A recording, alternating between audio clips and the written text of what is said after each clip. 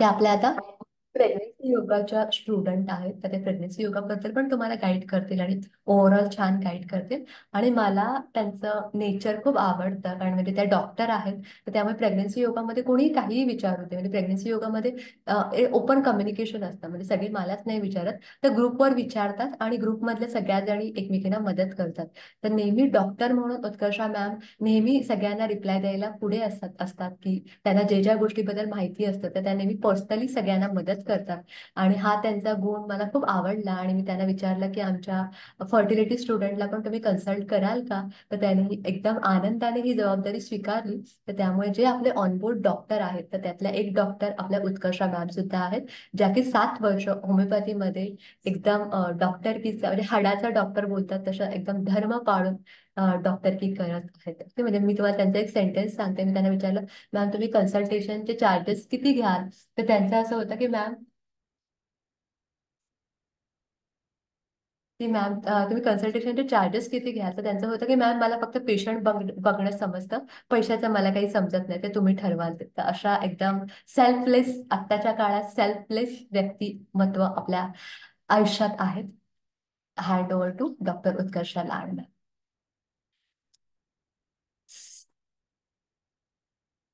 Utkarsha ma'am unmute करा. होत आहे अनम्यूट मॅम? Yes. बोला. नमस्कार, मी डॉक्टर उत्कर्ष लाड. मॅडमनी माझं खूपच कौतुक केलंय. तेवढं काय नाहीये मी.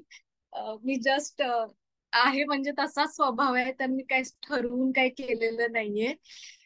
तर पहिली मी जर्नी सांगते माझी. माझं जानेवारीमध्ये लग्न झालं, म्हणजे गेल्या वर्षीच्या जानेवारीमध्ये लग्न झालं. आणि मग 6 महिन्यांनी आम्ही प्रयत्न करायला सुरुवात केले. पण ते काय कन्सिव्ह, म्हणजे मला वाटलं होतं की ते पहिल्याच महिन्यात कन्सिव्ह होईल, कारण माझी पाळी वगैरे व्यवस्थित यायची. पण थोडा फ्लो कमी होता, तर मला वाटलं की होईल, पण ते काही झालं नाही. मग त्याच्यावर गेले 4-5 महिने.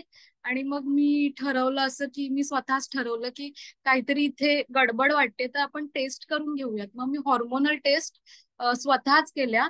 आणि मग त्याच्यामध्ये मला प्रोलॅक्टिनची जी लेवल आहे ती वाढलेली दिसली. मग मी एका डॉक्टरांना कन्सल्ट केलं, तर ते असं म्हणाले की हे प्रोलॅक्टिन वाढल्यामुळे तुम्हाला कन्सिव्ह होत नाहीये, तर तुम्हाला गोळी वगैरे चालू करायला लागेल. आणि मी गोळी वगैरे चालू केली. म्हणजे त्यांनी लिहून दिलं आणि मग मला नंतर सांगितलं की तुम्हाला फॉलिक्युलर स्टडी करायला लागेल, म्हणजे ओव्ह्युलेशनचा स्टडी करायला लागेल की किती साईज आहे वगैरे. त्याने नाही झालं तर मग आपल्याला ते HSG वगैरे करावी लागेल, म्हणजे ट्यूब ब्लॉक आहेत का ते बघावं लागेल. एवढं सगळं ऐकून मी घाबरले. मी म्हणलं हे काय मला करायचं नाहीये. आणि मग मी तेवढ्यातच मला, म्हणजे मला त्या गोळ्या लिहून दिल्या. आणि तेवढ्यातच मला हे इंस्टाग्रामवर सायली मॅडमचं दिसलं. तर मग मी नवऱ्याला म्हणाले की मला नाही ते काय फॉलिक्युलर स्कॅन वगैरे मला काही जमणार नाही, तर आपण आधी नॅचरलीच सगळं प्रयत्न करूयात.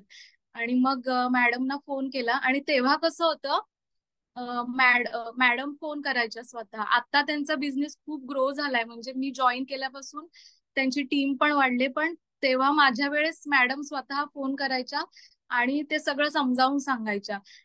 तर माहित नाही आता पण तसं होतं की नाही ते, पण तेव्हा मॅडम स्वतः पर्सनली सगळं विचारून घेऊन ते फोनवर सगळं कन्सल्ट करायच्या.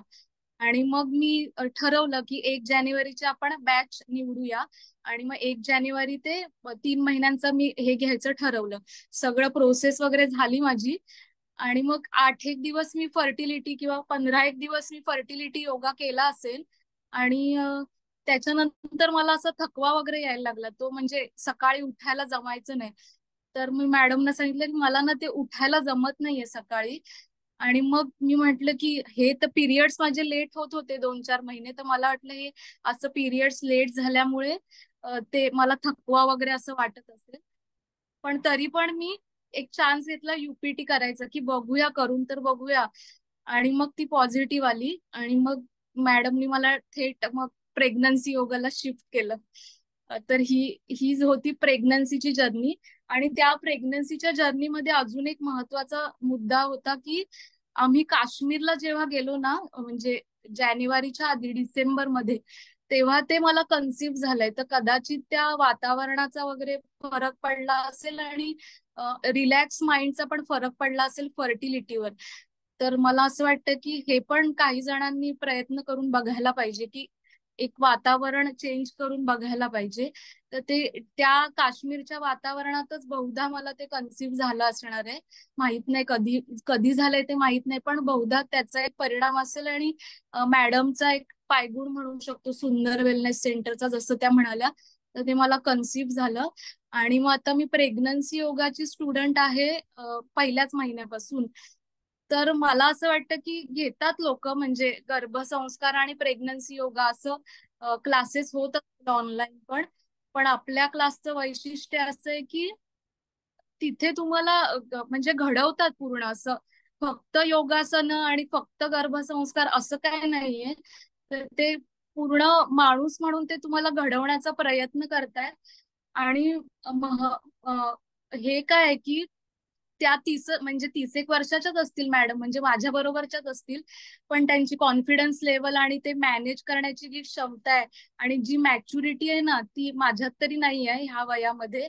तर ते मला खूप आवडतं त्यांचं. म्हणजे तुम्हाला फक्त योगासनं नाही शिकवत, तुम्हाला फक्त गर्भसंस्कार म्हणजे मंत्रोच्चार नाही शिकवत, तर तुम्हाला एक पॅरेंट म्हणून ते घडवतायत आणि ही पिढी घडवण्याचं ते काम करतायत. म्हणजे शिक्षक कसे विद्यार्थी घडवतात, तसं सुंदर वेलनेस सेंटर पालक घडवतात असं वाटतंय. आणि हे असे पालक घडवतायत की जे त्यांच्या मुलांना खूप छान वाढवणार आहेत. आणि ती अजून एक पुढची पिढी एक चांगली तयार होणार आहे, जेणेकरून आम्ही चांगले घडतोय त्यांच्या अंडर. तर मला असं वाटतं की हा नुसता योगासनांचा आणि नुसता तो मंत्रोच्चार करून घेत नाहीये ते एक घडवण्याची प्रोसेस आहे. आणि त्या घडवण्याच्या प्रोसेसमध्ये त्यांनी असा म्हणजे अशी टीम निवडली की ते खूप एक्सपर्ट आहेत त्याच्यात. जसं की श्रुती मॅडम काय म्हणाल्या होत्या की अ, गुढीपाडव्या ते रामनवमी असं 9 दिवस तुम्ही रामरक्षा म्हणा. संकल्प वगैरे मी काय केला नव्हता, मी जस्ट म्हणा असं सांगितलं. तर मी गुढीपाडवा ते रामनवमी असं चढत्या क्रमाने म्हणायला सांगितलं होतं. आणि मला काही रामरक्षा पाठ नव्हती, पण त्या 9 दिवसात चढत्या क्रमाने म्हणल्यामुळे माझं ते रामरक्षा पाठ झाली. आणि कसं हे जे आहेत ना स्तोत्र वगैरे जे सगळे आहेत, त्याने वाणी पण आपली शुद्ध होण्याचे होतेच. आणि एक मनाला पण, त्या श्रुती मॅडम असं म्हणतात की त्याच्यामध्ये एवढे राम आहेत, म्हणजे रामाचा उच्चार एवढा आहे की आतमध्ये व्हायब्रेशन्स तयार होऊन एक पॉझिटिव्हिटी, एक ऑरा वेगळाच तयार होतो. तर मला ते रामरक्षेचं जाणवलं. आणि ते असं पण म्हणाले की तुमचं काही डोकं दुखत असेल किंवा अजून काय होत असेल तर ते रामरक्षेने बरं होतं. तर मला असं वाटलं की असं कसं होत असेल, असं नाही होऊ शकत. पण ते ऍक्च्युअल मला ते रामरक्षा म्हणाल्यावर जे काही त्रास ऍसिडिटी झाली असेल तर ते कमी झालेलं जाणवलं. तर मी आता म्हणजे तिथपासून मी रोज न चुकता रामरक्षा तरी म्हणते. बाकीची स्तोत्र कुठली म्हणायला मागे पुढे होत असतील वेळेनुसार, पण रामरक्षा तरी म्हणतेच. आणि दुसरी गोष्ट एक म्हणजे विजन चार्टचा जो कन्सेप्ट आहे ना, तो मला भयंकर आवडला. कारण की मी इतक्या वर्षात कधीच कार्ड पेपर घेऊन आणि असं स्केच पेन वगैरे घेऊन व्यवस्थित फोटो वगैरे चिकटून असं मला आठवत नाहीये की बरेच वर्ष तसं काही प्रोसेसच झाली नाही, कारण तशी वेळच नाही आली. तर ते मला इतकं फन होतं ना, म्हणजे मजा आली मला ते करताना. आणि काय झालं माहितीये, आम्ही 2 जण बनवत होतो. तर तो माझा नवऱ्याचा फोटो होता आणि त्याच्या खाली ते गुण लिहायचे होते. तर मी त्याला म्हटलं की तुझे कोणते गुण लिहू. तर तो म्हणाला की तू लिही काय लिहायचंय ते, कारण तुला माहितीये मी कसं माझ्याबद्दल सांगणार. तर मी म्हणलं हो बरोबर आहे. मग मी ते असं लिहिलं त्याच्याबद्दल की शांत, सुस्वभावी. आणि मग ते असं मी लिहत असताना त्याला एवढा आनंद झाला की हे एवढे गुण माझ्यात आहेत. आणि आपण असं कधी जनरली बोलत नाही ना की घरातल्यांना की हे गुण तुमच्यात आहे आणि शाब्बास वगैरे असं काही म्हणत नाही. तर ते एक एक बॉन्ड आपला विजन चार्ट मुळे एक चांगला बॉन्ड तयार होतो. किंवा आईबद्दल आपण आईला असं स्वतःहून सांगायला नाही ना जात की तू किती मेहनती आहेस, तू किती आत्मविश्वासू आहेस. पण ते एक लिहिल्यावर त्यांना कळतं की ह्यांना आपल्याबद्दल काय वाटतंय. आणि ते मला म्हणून तो विजन चार्टचा कन्सेप्ट खूपच आवडला. मला नाही माहित दुसऱ्या कुठल्या गर्भसंस्काराच्या क्लासमध्ये तो घेतात की नाही ते, पण आपल्याकडे जो तो कन्सेप्ट आहे तो आवडलाय मला. आणि बरेच जण विद्यार्थिनी अशा सांगत होत्या की ते जे आपण लिहितो ना तेच बाळामध्ये दिसतं. म्हणजे आता रेश्मा मॅडमची डिलिव्हरी झाली तर त्यांनी असं स्पेसिफिक मेन्शन केलं होतं की जे विजन चार्ट मध्ये आहे ना तेच बाळामध्ये येतं. तर आता मला बघायचं ते की काय काय येतंय ते, म्हणजे मी एक्साइट आहे. आणि तिसरं म्हणजे माझं म्हणजे योगामुळे ना मला असं वाटलं की हा प्रेग्नन्सीचा काळ माझा खूप अवघड जाईल, कारण माझी शारीरिक स्थिती तशी अशी एकदम स्ट्रॉंग नाहीये म्हणण्यासारखी, मी मजबूत नाहीये, नाजूकच आहे. पण तसं काही झालं नाही, मी डे वन पासून योगा करते आणि माझं सगळं व्यवस्थित आहे. आणि आता मला मॅडमनी जबाबदारी दिली, माझं ते अकाउंट, श्रुती मॅडम म्हणतात तसं अकाउंट एकदम भरतायत वाटतं. तर म्हणजे कार्मिक अकाउंट भरतायत. तर ते भरण्याची प्रोसेस सुरू केली आणि त्याच्यामध्ये पण मला काहीच त्रास होत नाहीये. तर हा प्रेग्नन्सी योगाचा फीडबॅक आहे माझा. आणि फर्टिलिटी फीडबॅक आणि गायडन्स असं द्यायचंय. तर गायडन्स म्हणजे फर्टिलिटी योगाच्या मुलींना एवढंच सांगायचंय की ही काय म्हणजे हे म्हणतात नाही का, साईबाबांचं वाक्य आहे ना, श्रद्धा आणि सबुरी. तर तुम्ही सायली मॅडम वर श्रद्धा ठेवा आणि सबुरी तुमच्यात असू द्या, कारण की ही काय ओव्हरनाईट होणारी प्रोसेस नाहीये, तर त्याला थोडा वेळ लागणार आहे. तर ते सबुरी म्हणजे पेशन्स असणं पण गरजेचं आहे. आणि विश्वास त्यांच्यावर ठेवला पाहिजे की आपण योगा जॉईन केलाय तर नक्कीच पॉझिटिव्ह काहीतरी होणार आहे. तर ह्या दोन गोष्टी मला गायडन्स म्हणून द्याव्याशा वाटतात. आणि कसं आहे ते हे सद्गुरू वामनराव पाय म्हणतात की तुमच्या अडचणी आणि तुमचा संघर्ष जो असतो तो लिखित असतो. तर तो आपण अवॉइड नाही करू शकत. पण त्याच्यातून बाहेर कसं यायचं, ग्रेसफुली यायचं का डिसग्रेसफुली यायचं, हे तुमच्यावर अवलंबून असतं. मग जर ग्रेसफुली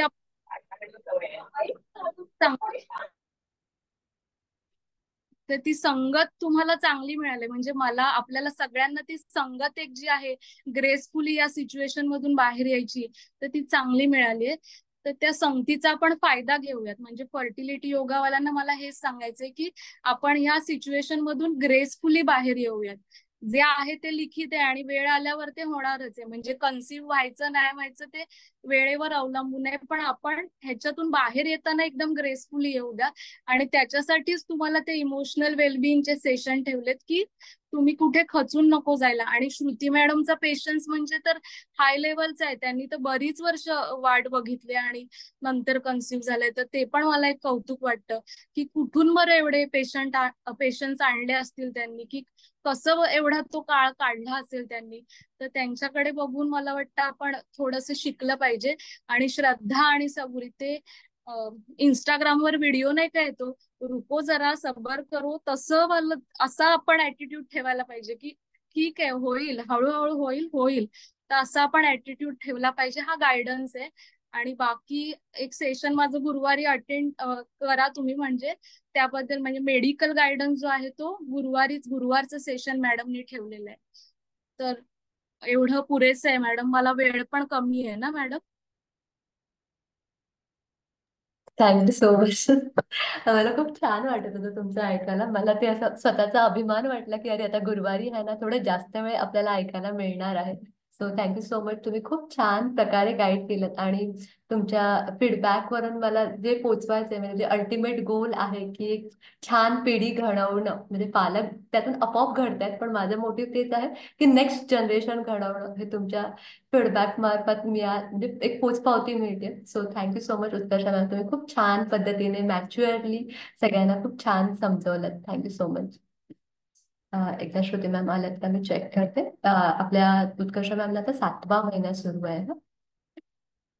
श्रुती श्रुती मॅम आहात? येस, श्रुती मॅम नेहमीच आपल्या आलेले असतात. सो जस्ट सगळ्यांना एक छोटासा त्रास देते, मला हे रेकॉर्डिंग वेगळा हवंय. तुम्ही मीटिंग एंड करून परत जॉईन कराल का सेम लिंकवर? So sorry. जमेल सगळ्यांना? उत्कर्षाला मी मीटिंग जस्ट एंड करते, तुम्ही परत जॉईन करा. So sorry.